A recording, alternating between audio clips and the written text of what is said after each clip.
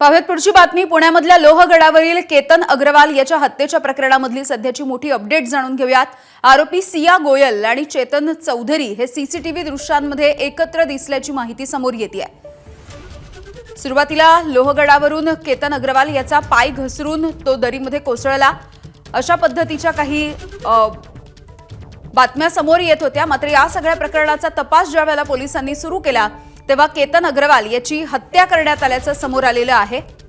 त्याची जी होणारी भावी पत्नी होती सिया गोयल आणि त्याच्या पत्नीचा प्रियकर चेतन चौधरी हे दोघे केतनला भेटलेले होते आणि ते दोघे सीसीटीव्ही दृश्यांमध्ये आता दिसलेले आहेत।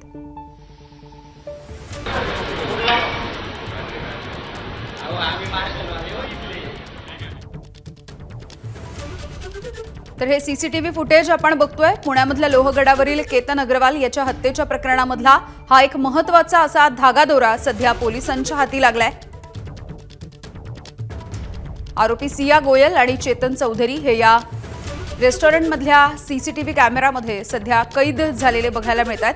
पोलिसांच्या तपासामधून हे सीसीटीव्हीचं दृश्य हाती आलंय।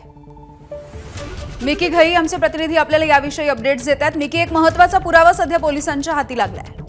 अगदी जर आपण बघितलं जो सीसीटीव्ही फुटेज आपल्याला दिसतोय त्याच्यामध्ये सिया गोयल आणि चेतन चौधरी जो दोन्ही आरोपी आहेत लोगर प्रकरणातील ज्या पद्धतीने केतनला त्यांनी ढकलून दिलेलं होतं।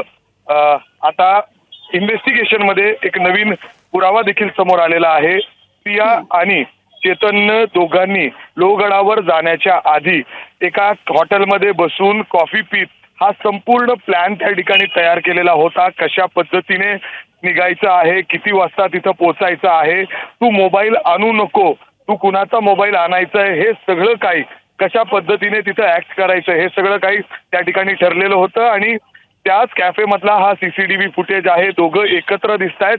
जवळपास 1 तास ते या ठिकाणी बसून कॉफी पीत अशा पद्धतीने त्यांनी हा पूर्ण प्लॅन आखलेला होता। आणि त्याच्यानंतर दुसऱ्या दिवशी ते लोहगडावर सिया त्याच्या होणाऱ्या पतीबरोबर त्या ठिकाणी गेली आणि त्याच्या मागं चेतन चौधरी देखील त्या ठिकाणी गेलेला होता। आणि दोघांनीही त्यांचा प्लॅन ज्या पद्धतीने आखलेला होता त्याच पद्धतीने केतनला त्या लोहगडावरून ढकलून दिलेला आहे।